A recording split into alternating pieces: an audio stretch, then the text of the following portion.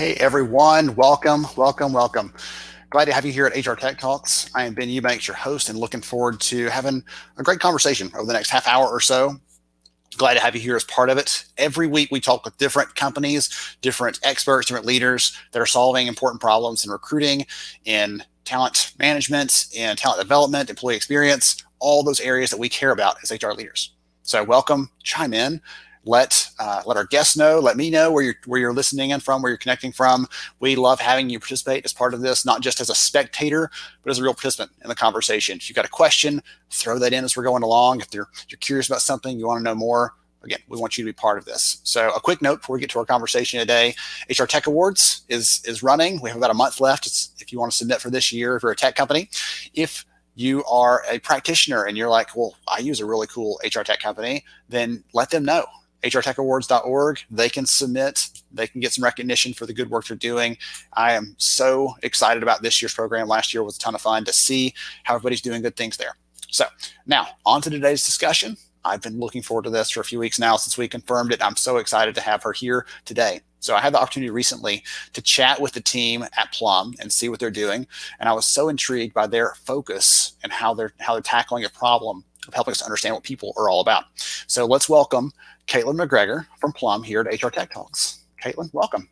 Hi, thank you so much for having me. Yes, ma'am, absolutely. Well, I'm so excited to have you. It's gonna be a great discussion. You and I have already had fun stories in the warm up talking about wedding rings and engagement rings and all the other fun things that no one ever thinks they're going to talk about on one of these conversations. So before we get too far into the nerdy part of our discussion about HR and assessments and things like that, why don't you take a minute to tell everybody who you are and what you do? So my name is Caitlin MacGregor. I am the CEO and co-founder of Plum, and we help enterprise organizations really have the one piece of data that they're missing when it comes to talent management. And that's actually knowing who their people are. So we use decades of proven industrial organizational psychology to understand what drives people, what drains them, and most importantly, how to set them up to thrive so that your business thrives. I love that.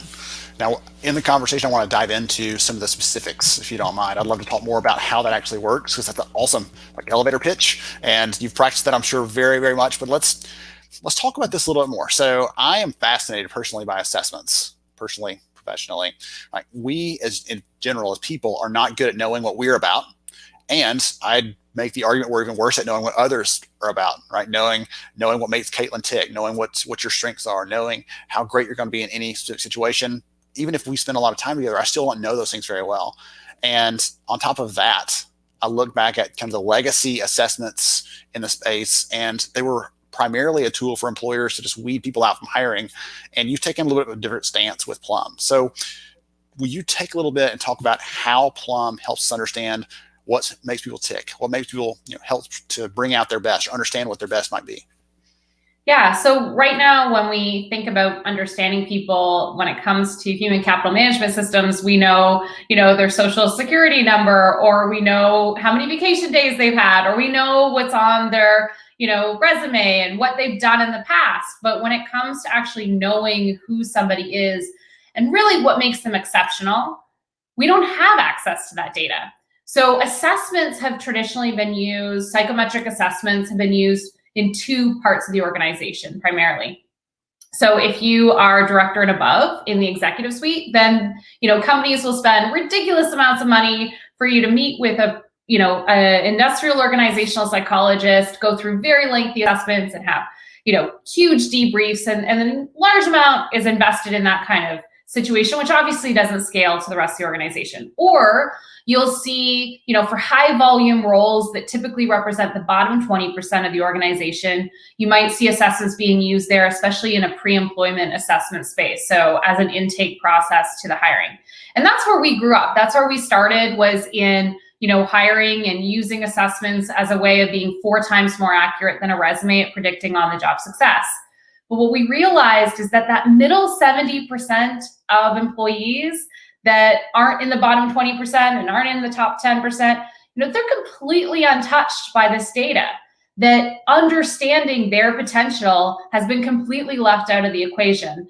And that means that most talent management decisions, be it internal mobility or succession planning, or identifying your emerging leaders from day one, that those are pretty much not happening. We're relying on that same kind of static rear view mirror perspective of where somebody's come from versus where they could go.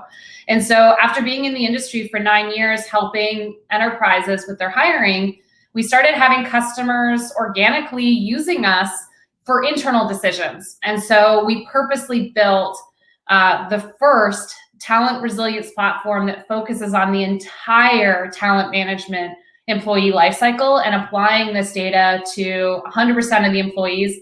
And really what the secret is understanding the needs from a behavioral standpoint of the roles and how to map people to the roles where they will stand out and excel because of what drives them, their level of innovation or adaptation or execution or teamwork. What is it that makes them exceptional? We're able to gather through a 25-minute assessment, and then we're able to map them to an assessment that the managers and job experts have completed that takes 8 minutes. And we're able to see, based on the behaviors needed for the role and somebody's innate behaviors, how they align. And then we can predict, if they were given the opportunity, how likely are they to succeed on the job. One of the things that struck me as you were saying that, I had forgotten about this. We had done some research a few years ago on high-performing employers. What sets them apart from employers that don't do as well in terms of revenue and engagement and those kinds of things. And one thing that stood out in that, we did the study, we found a couple different practices they do differently, but one of them in their performance and talent processes was really focusing on people's strengths. Not just saying, well, Caitlin, you're great at X, Y, and Z, but A, B, and C are not very good for you. So let's focus on those weaknesses, and let's shore up those gaps you have, and let's spend all our time trying to minimize the issues instead of playing to your strengths. And we found in that research that employers that are high performing play to people's strengths. They spend time focusing on those things you're good at. And what I love about the assessment here that you're talking about is everyone's exceptional in their own way. Right? I think you used the term exceptional a minute ago. I'm going to probably steal that. I love that. There's not a right or wrong answer, but it's about finding what your strength is, what your value is, and where you fit into the bigger puzzle, right? Absolutely. Absolutely. And I know that sometimes people, think that it's, almost cheesy, right? Like, what's your superpower? But at the foundation, there's an enormous amount of research behind this. It really is about, even when it comes to employee development, we all know the 70-20-10 rule. 70% of development comes from on-the-job activities. Well, think about an employee. Do you want them spending the vast majority of their time on something that takes them longer than other people, that is physically and mentally draining on them? If somebody is really good at executing and they get a sense of self-worth from it, and it really, we talk about it driving them as if it refills their battery and it really propels them, but you put them in a situation where they are not able to focus and have execution time, and instead you need them networking every single day and talking to people and never having something they own themselves. Instead, it's only group work. Well, that's setting them up for something that's not going to be very rewarding and not fulfilling. And if, something like, having to go out and communicate with people nonstop is something that drains them, it eventually is going to lead to burnout. And so we know when it comes to development that we want people spending the vast majority of time on the thing that's important. Then why aren't we translating that into understanding what comes naturally to somebody and what energizes and drives them, and minimize the things that drain them, and then be conscious about it, be explicit. How can we support them in providing that mentorship or that job shadowing components, or in that 10% of actually going and doing formal education? Let's focus on the things where coping strategies become as a way of making sure, it's like with your phone, flipping on battery saving mode. How do we make it so it just is less draining on people, but we're not asking them to be running at 15% battery day in and day out and on battery saving mode? Let's give them the chance to really excel and then focus on supporting people so that they can develop coping strategies so it's just less draining. I love that battery saving mode analogy. I'm already getting some good ideas from you, as I know I would. I expected this anyway. So one of the things that I thought was intriguing when I first started digging into the work that you and the team are doing, and again, even more so now that I've had a conversation with you and some of the other people on the team, is the internal ability piece. I spent a lot of time with employers in the last couple of years talking more and more about this. And for a long time, it was just kind of an HR policy thing, right? We either have a policy that allows you to apply for internal jobs or not. And now it's so much more complex. Some employees are going out and applying for jobs on the company website because their manager would not like it if they found out they were applying, internally. And there's all these different things that weave into that conversation. What I love is if we have, let's take something unique. We're not even hiring for a job we've never done before. Let's say we're creating a brand new job, right? Today, we're just draft this job description. We figure out the key things this person's going to have to do. We could use someone's profile to figure out whether they're fit for that. Whereas in the past, it was just, okay, we're going to go on a wing and a prayer and hope that this person fits and fills this and is able to pull these things off.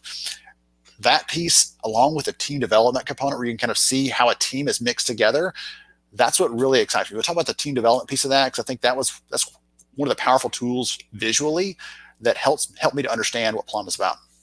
Yeah, I think the team part just kind of more than anything gives people that visual. So we show an example when we do a demo of a team of 10 people. So quite a large team. And we talk about, and this is a real team that this was modeled off of. We just happen to use it for the example because it's just so visually strong. So we have this team, and they're normally fantastic at executing. But what had happened is they've been given a new project, and they were off kind of scrambling like for weeks. And we were, it was one of the companies we were working with, and they kind of told us the story. And so we said, well, let's bring up the team in our dashboard and see what's happening. So we look at innate talents, execution's one of them. So we said, okay, well, let's look at people's level of execution. And 8 out of 10 of them, it was something that really drives them. They're above average in it. It's something that really they excel in, and it comes naturally. So we're like, yes, normally this team is great at executing. So check, you're right, and the data confirms that you're right. But then they said, the team complains that there's too many meetings. The team complains they don't have enough time to just get their work done. And so they've been requesting less meetings. And we say, okay, well, in order to, with such a large group, effectively execute, you need to make sure that you are aligned on what the goals are and who's working on what, so that as you break off and work independently, you at least are aligned in terms of how you're all contributing to getting that overall goal done. So we said, well, what's their level of teamwork? And we looked at it, and it was completely the reverse. Only 20% of those 10 actually had teamwork as being something that's neutral. It doesn't drive or drain them, but everybody else was draining. And so the solution wasn't actually less meetings.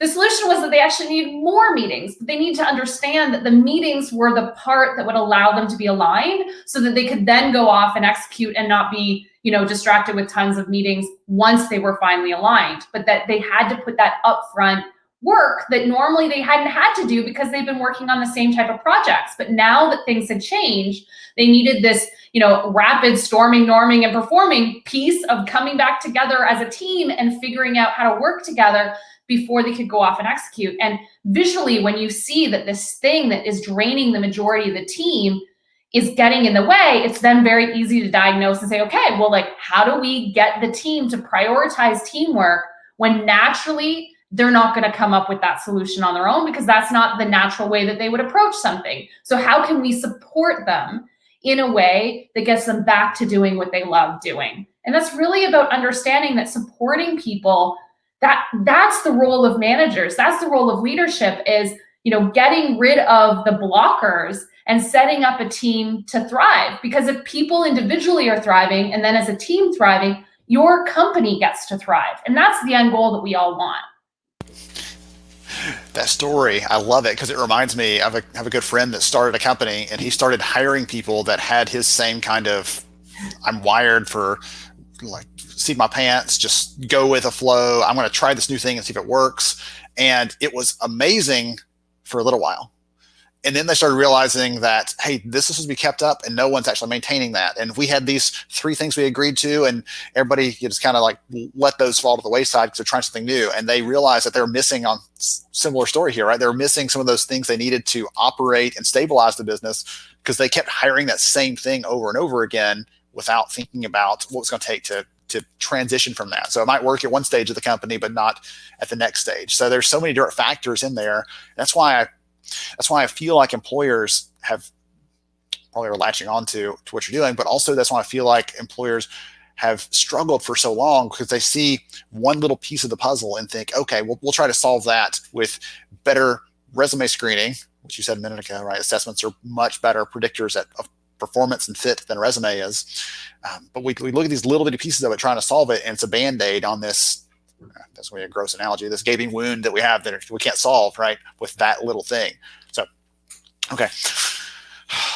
So yeah, I mean, the concept at its heart is that once you have this data around people, you can apply it to every talent decision. And so with one small effort of engaging the employee to complete their assessment, you now can give them a personalized professional development guide so that they become the CEOs of their own careers, because they can understand and be self-aware in terms of what drives them, and then be explicit around, you know, where they need support and to develop coping strategies, and not see that as a weakness, but see that as an area where they can be very directional, where they don't need to be micromanaged, and very directional as to where they need to be supported.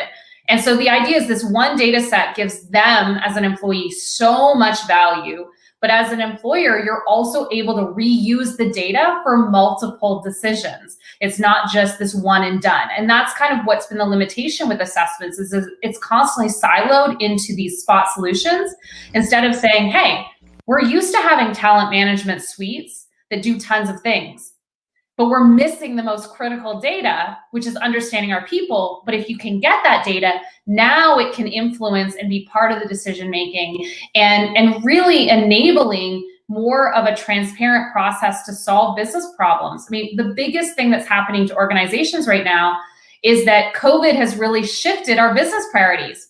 Whatever you set out as your 12-month goals and your quarterly goals, they got shifted, and they're shifting every quarter as we learn how the economy is changing, as we learn how the vaccine rollouts are affecting things and variants. Like, our business needs are changing more rapidly than ever. And we were talking about this years ago with the future of work, and many people are apt to say, you know, it's the now of work, but that's the bottom line, is our business needs are changing so rapidly that really we need to align our talent with the business needs. So you need to understand your talent, and you need to understand the business needs, and you need to map them together. And assessments weren't used for that in the past, but there's such a huge opportunity, and that's what we brought to market, is being able to use this data to solve that alignment of your talent and business needs internally with your employees. One of my favorite things to talk about, to bounce off that a little bit, is, you know, you've arrived as a strategic leader in HR and talent and recruiting and learning, when people are picking up the phone to call you, or Zooming, whatever, right? They're reaching out to you for a problem that's not related to what you do necessarily. Like, hey, we've got this issue with quality. How do we solve that? We've got this issue with customer relations. How do we solve that? And they ask for your input because you have that talent lever you can pull.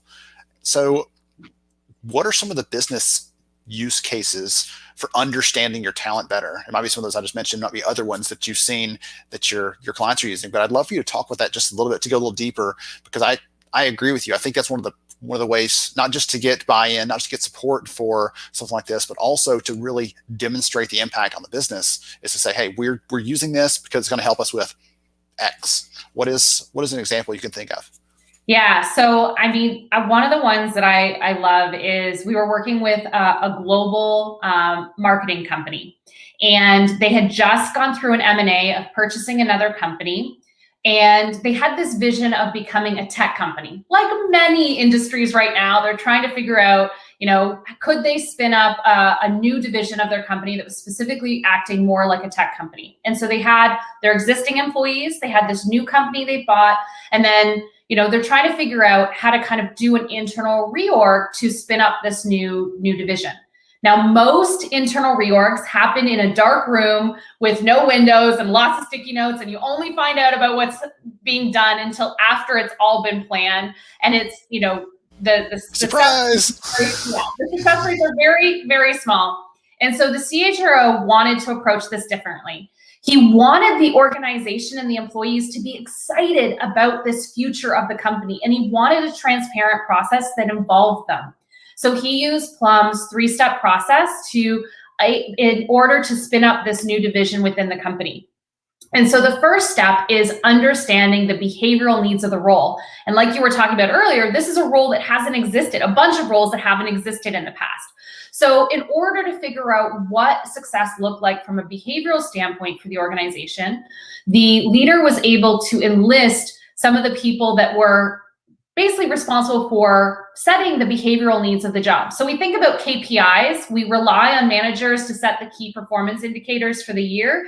Well, this is about setting KBIs, key behavioral indicators. So we have an 8-minute survey that each stakeholder completes by themselves, and we're able to see if they have alignment. Do they need somebody that's innovative and adaptive and good at executing and working well on teams? Or what out of our 10 talents are the 5 in order of priority? And it automatically is force ranking through this survey and showing if they have alignment.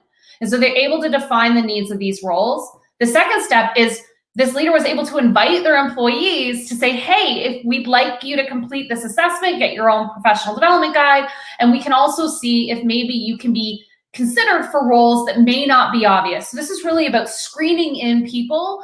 A lot of the times when internal mobility happens, it's a proximity decision. Oh, well, I've talked to that person recently, or I've worked firsthand with that person. And so it ends up being, if you were picking apples, whatever apples are at the top, and the ones at the bottom of the barrel just don't get picked. And so really to make it more of a transparent but inclusive process of considering everybody, regardless of their past.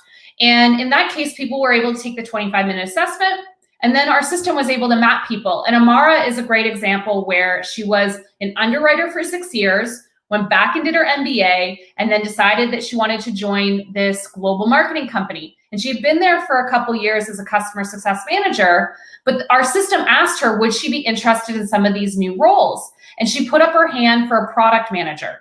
Now, no system would look at an underwriter that had become a customer success manager as a product manager, but our system was able to say that she was a 94 match because what drove her, which is her innovation, her adaptation, her execution, made her such an amazing match for this opportunity. And so she was hired, and within 4 months, she devoured everything she could learn on product management. She did an enormous amount of job shadowing. And within 6 months, she was outperforming product managers that had been brought in fresh from outside the organization that had decades of experience over her.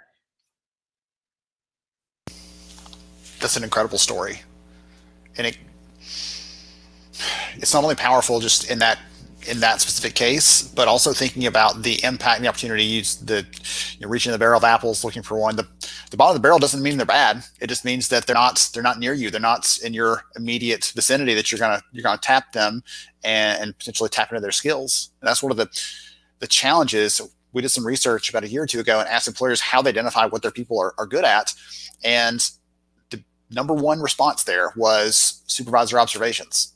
A manager looks at someone and says, Caitlin's probably good at these 3 things, and they just make that guess. And it's probably not accurate, right? Even if they have the best of intentions, it's probably not accurate. And you're missing an opportunity to really tap into your motivators, the things that really drive you to be great, the things that excite you about work, all those things we talked about earlier around the strengths and so on. You're missing all those factors when someone just goes, I guess you're okay at these things. So there's so much opportunity there to do a better job and to really understand that on a deeper level, not just someone's guess, someone's proximity, but using it to get a bigger and better and clearer picture of what someone can do. That's a really good story. I think it's a real important part when we talk about burnout. I mean, I think all of us to some extent are facing some sort of COVID burnout right now. We're being asked to just do so much in impossible situations without enough opportunity to recharge and refill our bucket before giving more. But what I'm seeing constantly is that because we're not necessarily having the same level of wins or successes or all of these inputs telling us that we're doing an amazing job, I see people going further and further into their work to try to deliver more and more and more. And so there are things that we do that we spend countless hours on, and they're depleting us and draining us, but we keep doing it because we want to make sure that we're successful. So sometimes what happens is we get really successful employees that are constantly going above and beyond, but they're getting really drained by it at the same time. Don't we all want to put them in a situation where they're thriving because they're working on the things that come effortlessly and they excel at, and they see things in a way that their colleagues don't, and we want to tap into that and not be putting them in a situation where they feel like they're doing all these things that are just draining, and they're spending so many hours on it, and it's leading to burnout. We want employees to stay with us and bring their expertise to different opportunities in the organization and not burn out and go work for a competitor. There's a term I read in a book. The book is The Best Team Wins, and they talk about two different things that are tightly related to this. Number one, they call that job sculpting, where we try to fit the job around the person instead of squeezing this square peg round hole trying to figure that out. The other piece, though, is one of the sayings in that book that has stuck with me for the few years since I've read it was, if you micromanage someone, they'll hate you forever. We all know that. We've probably dealt with that. But if you micromanage someone's career, you pay attention to it, you were relentless in how you were trying to help them meet their career goals and fit them into those things that they want to do and align with the things they're good at, they'll love you for that from a leadership perspective. And I think that's an opportunity to create better relationships with people on an individual and an organizational level. If we can figure out what they want to do, figure out what they can do, we can start to slot them in those areas. Because right now, for most companies, it's just they're making guesses. The person might not even know, again, what they're good at. I actually need to take a Plum profile on myself and figure out what mine might show up as, because I don't know. But there's some opportunities there to really create better dialogue, better relationships. Once we have that shared common language, that we understand what those things are we're trying to get at, and we understand we have a shared goal where we can figure out how to do that, I think that's powerful. So, question for you. What are you most excited about in the coming year? It's pretty big, but what do you think? I think that organizations are moving away from the old style of leadership, which is command and control. And I think they're really embracing this human-centric business management, where we're putting people at the center of our decisions and how we run our business. I mean, a company can't propel itself. Employees are its fuel to getting through adversity and thriving and succeeding through it. And I think there's finally a recognition that we need to focus on our people and be human-centric in our approach. And I think it's a really exciting opportunity for Plum, because we've spent the last 9 years really making sure that the science and the scalability and user experience is in place. But I feel like we're finally in the right place at the right time to meet this really big shift in terms of how we want to think about and optimize our people. And we've got banks talking about getting rid of resumes because they don't want to keep using the rearview mirror 8.5 by 11 version of people to make decisions. They want people to really be seen and heard and put into places where they'll thrive, and they understand that Plum's at the heart of that. So I feel like we've been working on this for a long time, and I'm excited to see that. Feel like the rest of the industry is ready for this and needs it. And I talk to leaders all the time that they've been dreaming of this for the last decade. The point is, they finally are given the priority and the focus and the budget to make those bold changes in their organization. And we've designed our system to support them with just that. So I'm really excited to see us enable these leaders to make this overdue change that I know they want and have been wanting to make for a long time. That's powerful. That is a powerful, powerful statement, and a big mission too that you're tackling there. So a couple of big takeaways from me, things that I've got from this conversation. I love the piece, being able to see the team dynamics, see how people relate with each other and are able to work together or not. Because if you can identify the why not, then that can help you to figure out a path forward. The talent ability piece, understanding that assessments are so much better than resumes, and even for internal jobs, we often use resumes to guess if someone's going to be a good fit or not. And that's not seeing the full picture. And the last piece you just talked about, that human-centric approach, really understanding at a deep level what someone is. A person is not their job title. As much as we, want to lean on that as a proxy for who they are, a person is not their job title. They're not just the assortment of skills that they have. They are more than that. And I love that as part of this conversation, really digging into understanding more about people. So if someone wants to learn more about Plum, how's the best way to do that? Plum.io. So you can go to our website, PULM.io, and lots of content there for you to digest. And then also just to reach out, hello@plum.io, and we're happy to help and talk to you. Awesome. Wonderful. Thank you so much for joining me, Caitlin. This was a great conversation. I learned a lot, as I usually do, and I appreciate your time. Thank you. Bye. Absolutely. Everybody else, thank you for joining us today for HR Tech Talks. We had some good people chiming in. Brent, love your comment there. Micromanage the help you provide, not the work they do. Credit to you for that one. Love it. Courtney, Kim, Ken, thank you everybody for chiming in, for being part of the conversation today, for checking out HR Tech Talks. I appreciate you. Until next week, we'll join you then with another great episode, more conversations, more insights into how we can use the best that technology brings with the best that we bring as humans to create a better workplace for all of us. Thank you so much to everyone. Enjoy your week. Thank you so much. I appreciate you. And I'll catch you next week on HR Tech Talks.